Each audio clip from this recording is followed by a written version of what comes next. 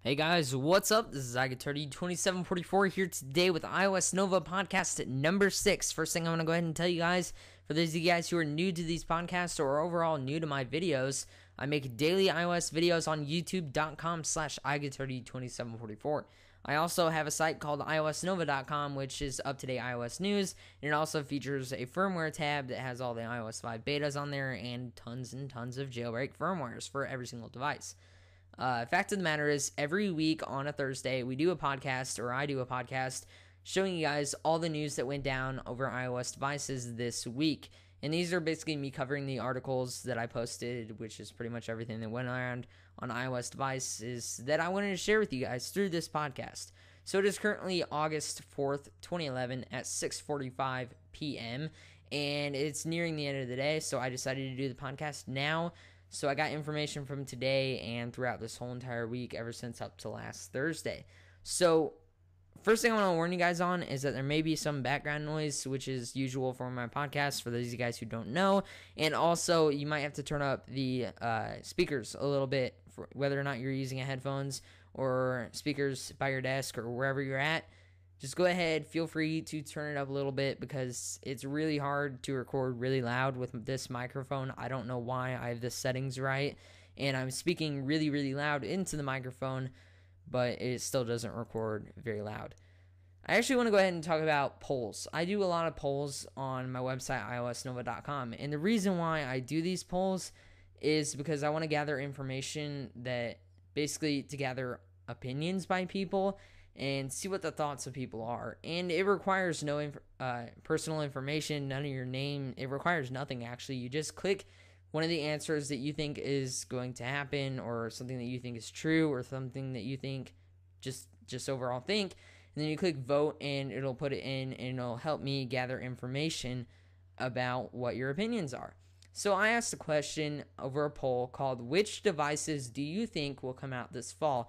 The answers were iPhone 5, iPod Touch 5th generation, iPad 3, iPhone 5 and iPod Touch 5th generation, iPad 3 and iPhone 5, iPhone 5, iPod Touch 5th generation, and iPad 3. And I had about 40 people vote, which is actually pretty good for my website, which has been around for about a month and a half now, I should say. So it wasn't actually a lot of people, but it was enough to see what the majority of people think. 21.43% of the people think that just the iPhone 5 is coming out this fall. 71.43% of the people say the iPhone 5 and the iPod Touch 5th generation is coming out this fall. I personally voted for that because, the iPhone 5 and the iPod Touch 5th generation usually come out around the same time, or the iPod Touch 5th generation follows up to the iPhone 5 release around Christmas time-ish area. So yeah, basically iPhone 5 and iPod Touch 5th generation, that's what I'm shooting for. And then 7.14% of the people said iPad 3 and iPhone 5 this fall, which is also possible. But with the whole iPad 3 thing, Steve Jobs said that the iPad 2, 2011 is the year of the iPad 2, and the iPad 2 is released. I personally do not want an iPad 3 this year because I went out and I bought the iPad 2, saved a lot of money for it, spent like a week, or actually 2 weeks, calling around to electronic stores, seeing if they had one in stock to race over and get one because they were in such high demand. And I finally got my hand on one, so I wouldn't want another iPad 3 or another iPad overall this year. Now next year, I would want to see another iPad, possibly the iPad 3. But when Steve Jobs said that the iPad 2 is the 2011 is the year of the iPad 2, I'm going to go ahead and believe him because I don't want an iPad 3 this year. And that's weird for me to say, but it's true. So on July 30th, some good news for those of you guys who don't live in the United States is that some of you guys actually are now able to preview songs for 90 seconds. That's basically an extra 60 seconds onto the 30 seconds that you would usually be allowed to preview songs for. We've had the 90-second song previews in the United States, which is where I live, for about a year now, and Apple and iTunes, or Apple iTunes, I should say, has been working with record companies throughout the whole entire world to try to get certain countries enabled with these 90-second previews instead of the lousy 30-second previews that we used to have. So now if you live in the United Kingdom, France, Australia, Luxembourg, which I suck at names, so I might have that country wrong there, Switzerland, New Zealand, and Canada, you are able to preview songs on iTunes for 90 seconds. And I realize that's not all the countries. And like I said, if you're in the United States, you already have that, and you should already know that you have that. That's not all the countries in the world, but Apple is working on getting all the countries because the record company is a lot to deal with because they're very, very, very strict on their rules and conditions, copyright, and so on. They're really strict with all that kind of stuff.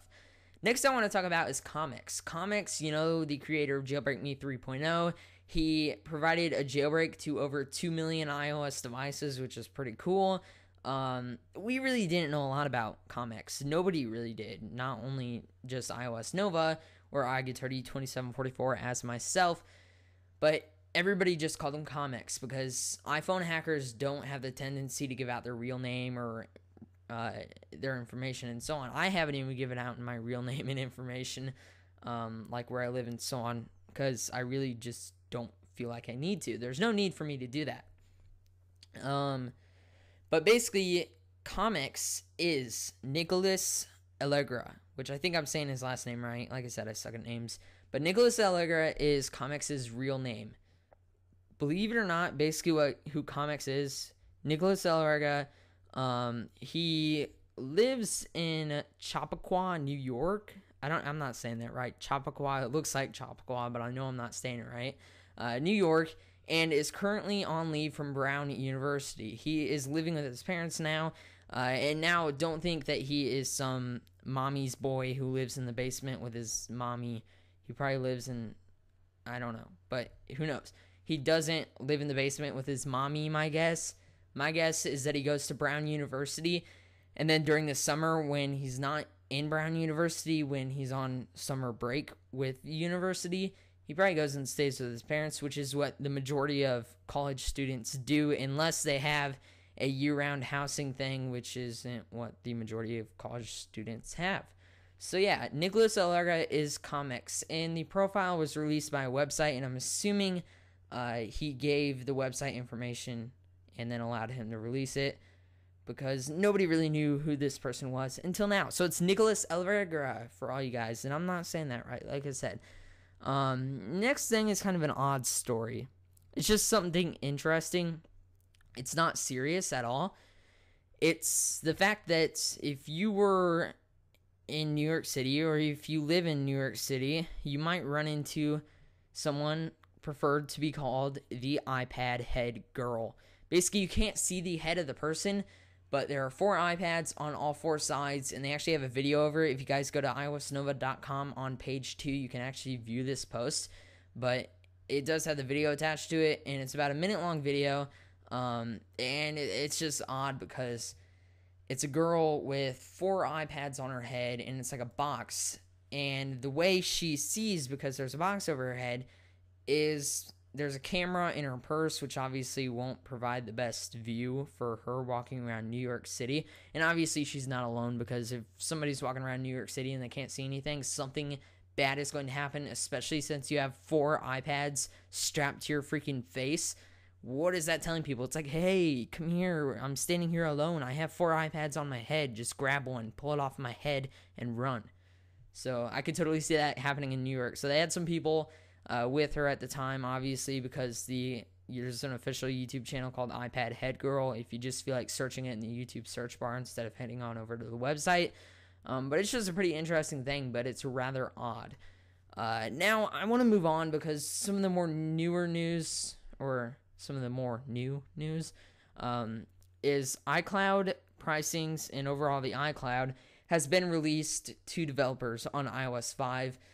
Now, I'm not even a developer, but I do have my UDID registered with a developer's account, meaning I have a developer's account, or I'm under a developer's account. I apologize about that, but I don't actually develop. I have a developing software on my Windows called Dragonfire SDK, but I'm not very successful, and the best application I've ever built was actually a bubble that you can control with the gyroscope, and it took me 4 hours to make, and it was just a huge pain in the butt to the point where I just felt like I couldn't handle it.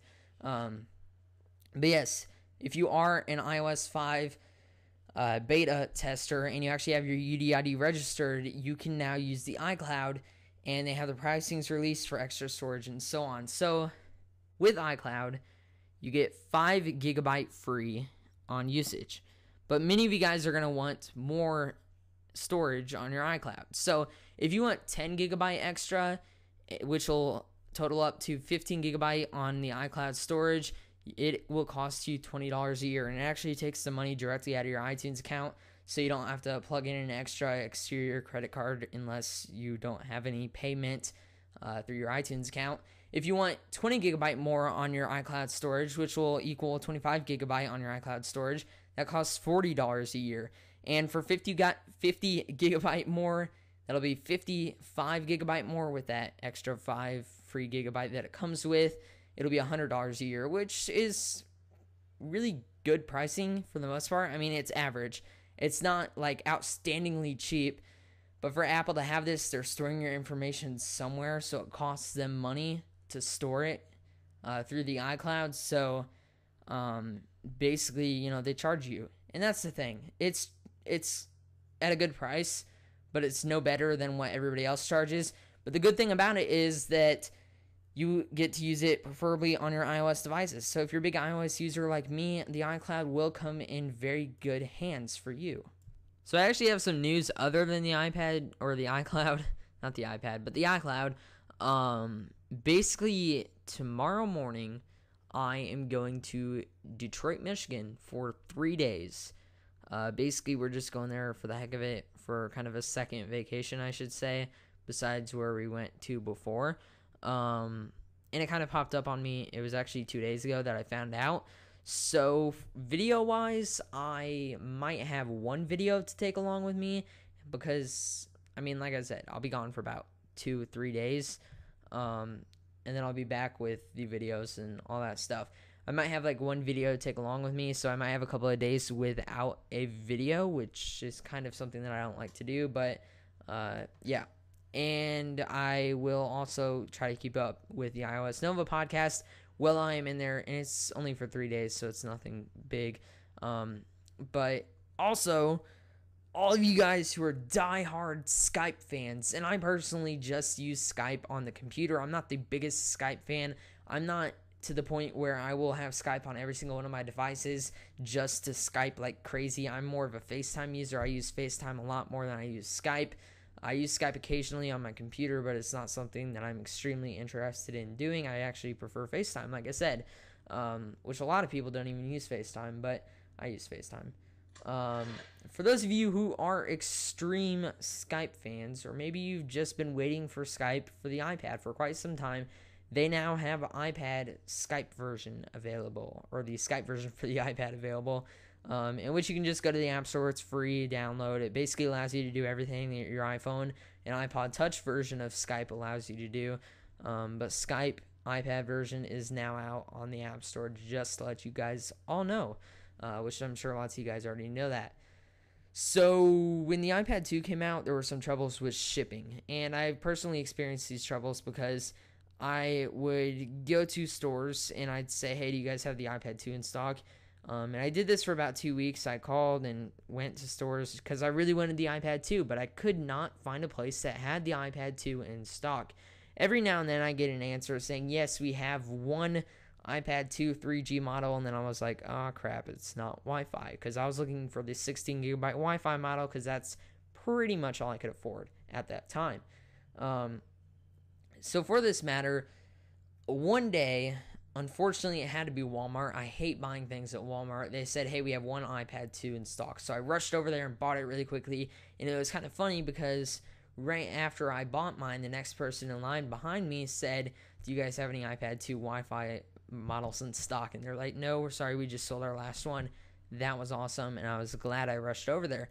But there were problems with shipments and production. They weren't producing, or they didn't have enough from when they started selling them to have a very good amount of supply with the iPad 2, to have a very large quantity of iPad 2 products to sell. And that's something that they kind of lacked at. But finally, after about 4 or 5 months after the iPad 2 was officially released, they are back up with shipments back to 24-hour shipping, which is their usual Apple product shipping rate. It used to be 48 hours, but on August 2nd, they switched over to 24 hours, which is kind of cool. Speaking of changes with shipping and pricing, Invisible Shield, a very popular screen protector company for the iPhone, iPod Touch, and iPad, as well as many other devices and gadgets, they had a 50% off sale in which you could enter the code, and then they also had an extra 20% off sale to go along with that. So in total, it was 70% off with free shipping. It was only for a couple of hours on August 2nd, and I considered buying one, but I actually ended up not getting one, which kind of sucked, because when I went to buy one, it was actually a little bit after the time that they allowed people to buy it with these codes. But it was an extreme sale, so for those of you guys who were alerted from iOSNOVA about that sale, maybe you got yourself one. That's pretty cool. I've always wanted an Invisible Shield, and that was probably my time to get one, but I was too late. And some of you guys actually probably made it if you did end up getting one, or maybe if you considered getting one. So something interesting, or at least something that I found very interesting, was there was a poll by the website Munster, which I've heard of, but it's not exactly the world's most popular website. It had 216 people participated, which isn't a lot, for them at least. For me, it would be a lot, but for them, it wasn't exactly a lot. But basically, the poll was, if you are a smartphone user, do you plan on switching to the iPhone when the iPhone 5 comes out? 74% out of those 216 people, I think I said, participated in this. 74% of those people said that they are waiting on the iPhone 5 to switch over. So if they are saying the truth, maybe they're using an Android phone, maybe they're stuck on the old BlackBerry phones that are eventually probably going to drop, I'm guessing, because BlackBerry's not doing that well. They used to be extremely popular. And to think about BlackBerry's history, they were popular at a time, and they were like the leading smartphones. The government, a lot of businesses got into the whole BlackBerry thing, but then all of a sudden they dropped, and they seem to continue to be dropping to the point where I'm wondering if they're even going to be a BlackBerry company within the next few years. And then iPhone popped out of nowhere, and it all went off the track, and everybody went crazy for that. But now I'm worrying about what is going to happen to the iPhone.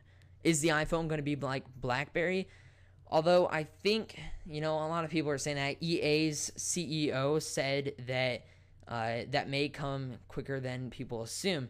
But I just don't think that's really going to happen, because think about the App Store. The App Store is so powerful. It's to the point where I feel like the App Store is going to be available somewhere on some device at all times, because think about how powerful the App Store is, and think about how much applications are on the App Store.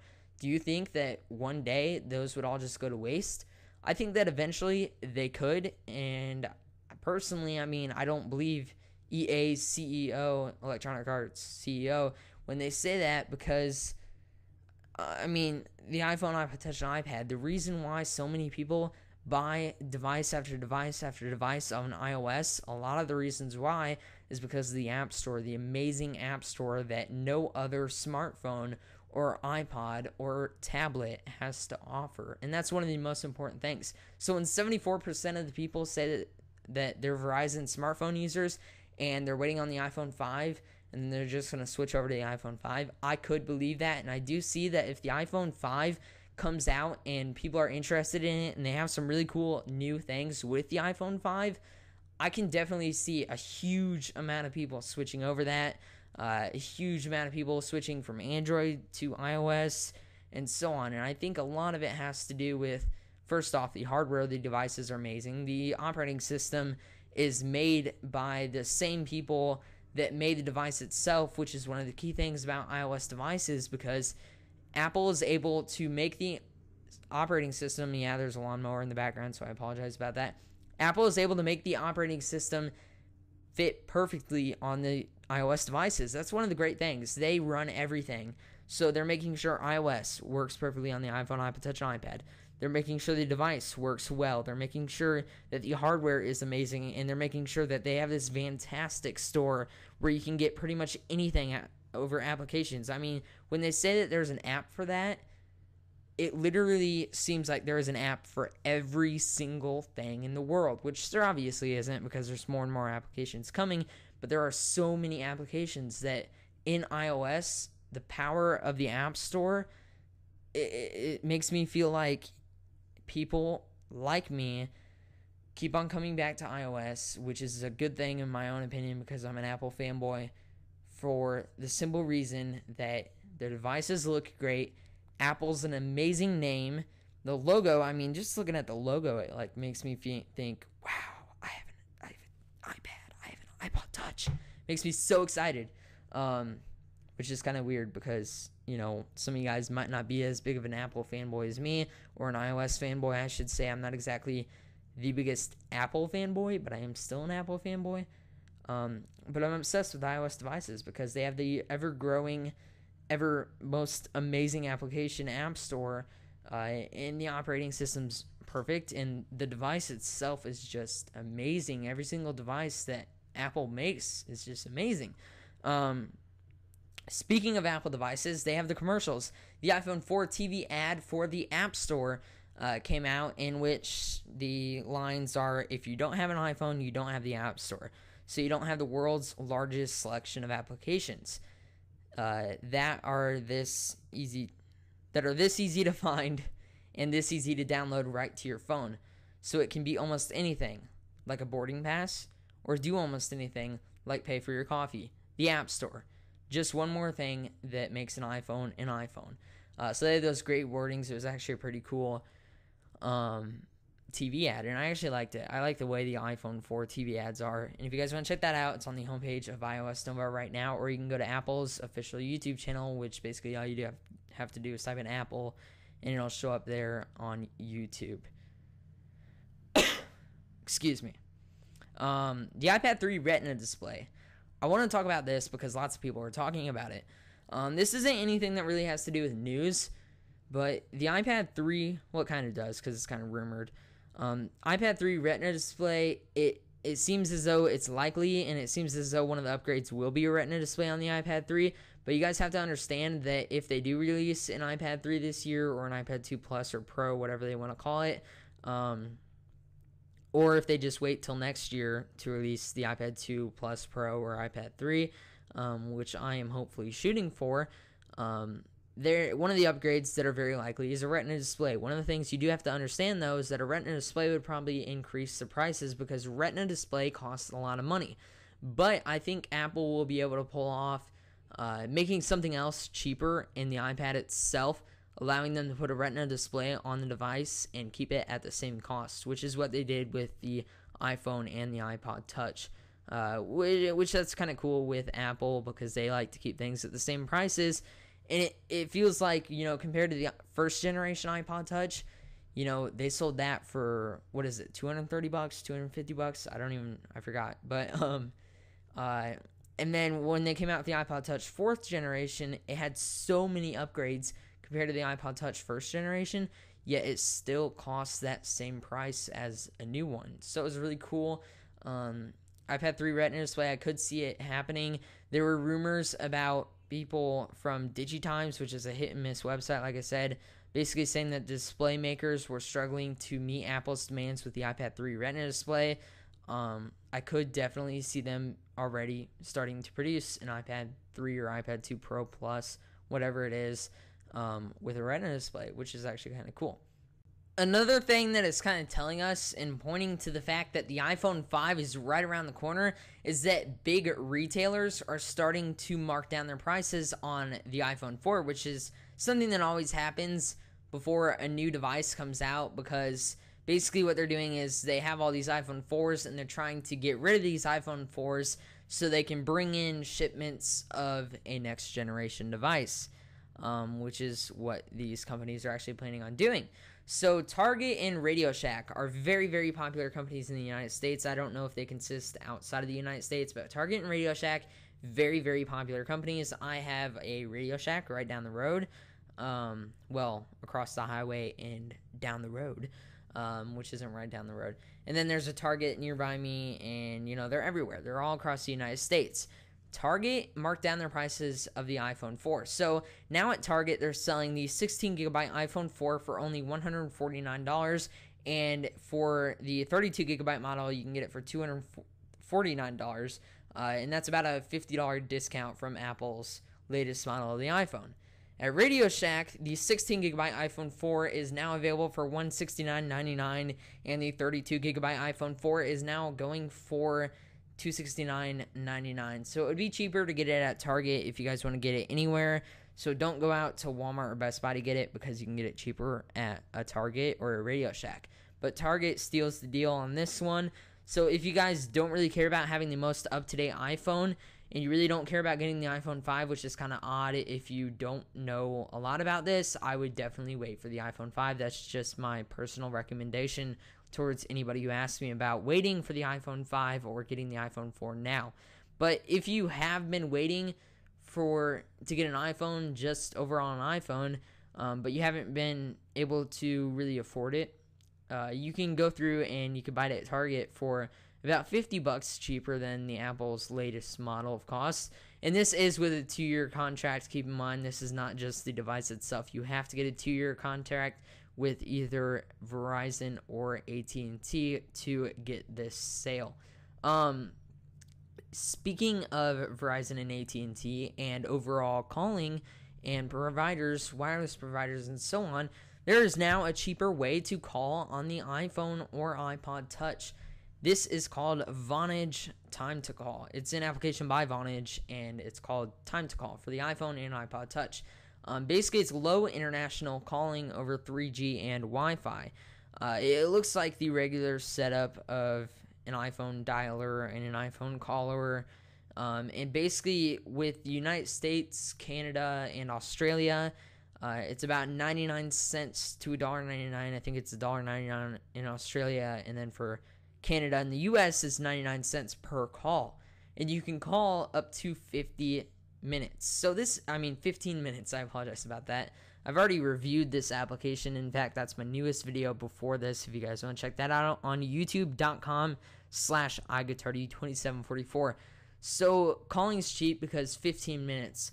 Now, if you were to do minute calling with at&t, I believe I called one of our phones in our house are minutes. It's just basically an emergency phone that we keep downstairs in case somebody without a phone in our house needs one, because I have my own phone, my older brother has my own phone, and my 2 parents have their own phone, but my 2 younger brothers don't have their own phones. So we have a phone that requires minutes, so it charges you per minutes that you call. And I picked it up and I used it once because my phone was out of battery, and it was about a 2-minute phone call conversation, and it cost about 50 cents, which is actually kind of expensive if you think about it, because you're only talking for 2 minutes. But now with this Vonage Time to Call application, you can actually call somebody in the US or Canada, in pretty much there's 190 countries, I believe, for 99 cents to $1. That's 100 countries. And then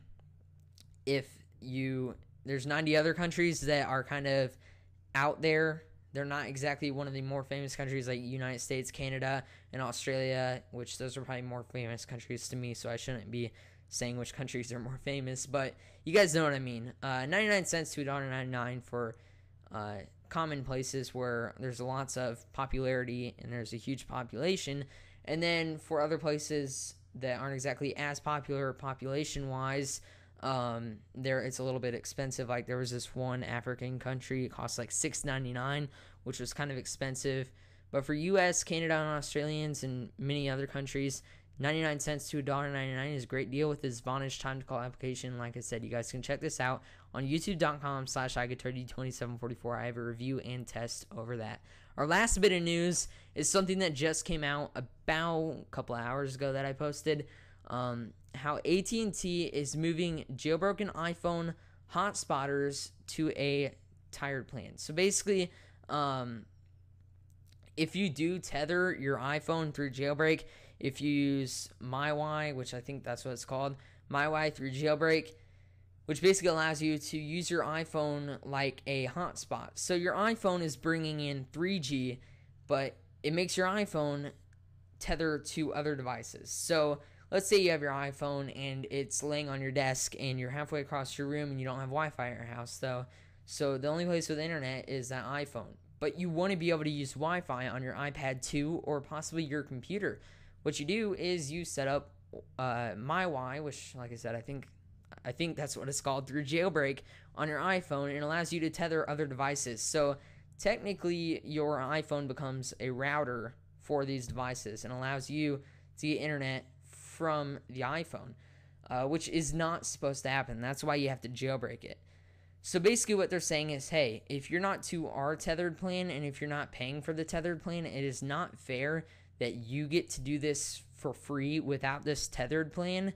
And then people with the tethered plan have to pay more to tether their iPhone with other things. So basically what these people did is they had their unlimited plan on their iPhone, and they used MyWi and sucked up a lot of data from using other devices on that iPhone 3G, acting like the iPhone or the iPhone 3G, iPhone 4, whatever it is.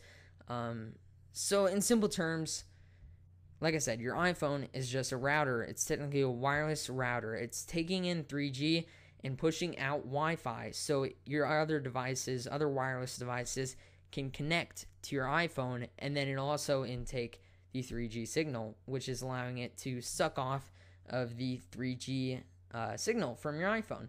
And it takes up a lot of data. So all these wireless companies are trying to find ways to prevent from people overusing their data on these unlimited plans. They actually took out the unlimited plans because they didn't want other people to overuse the data. But if you are already an unlimited plan user, which is what the majority of the iPhone users are, if you had one before they canceled out the unlimited plan, you're still on the unlimited plan most likely, and you're still able to tether. And I know a lot of people who tether because this is one of the most popular things to do with jailbreak. It's a very useful tool.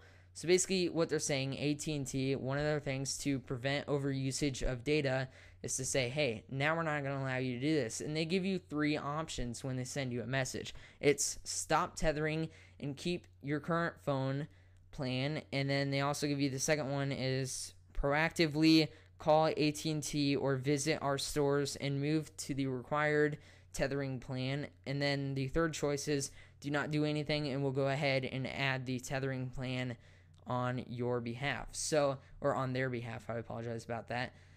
So yeah, they're basically just saying if you tether your device, your jailbroken iPhone, to any other device, what we're going to do to you is we're either going to make you pay for the tethered plan or quit it, because we think it's unfair that people who actually pay for the tethering plan have to pay more, and then you guys are getting it for free, and they think it's unfair as well. So I think it's pretty fair for them to do this. It's a reasonable request out of AT&T.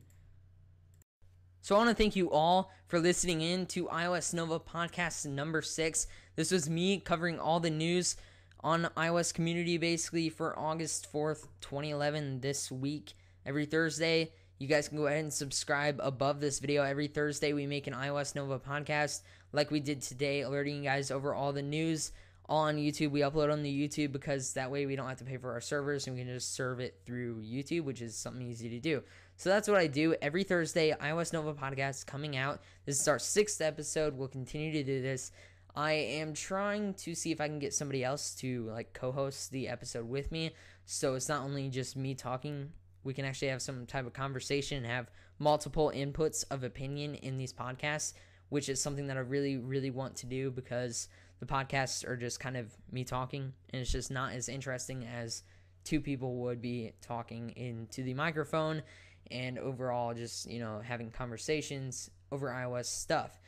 So like I said, subscribe, and we're doing a weekly iOS news podcast, which is called iOS Nova. You guys can check out iOSNOVA.com for up-to-date iOS news.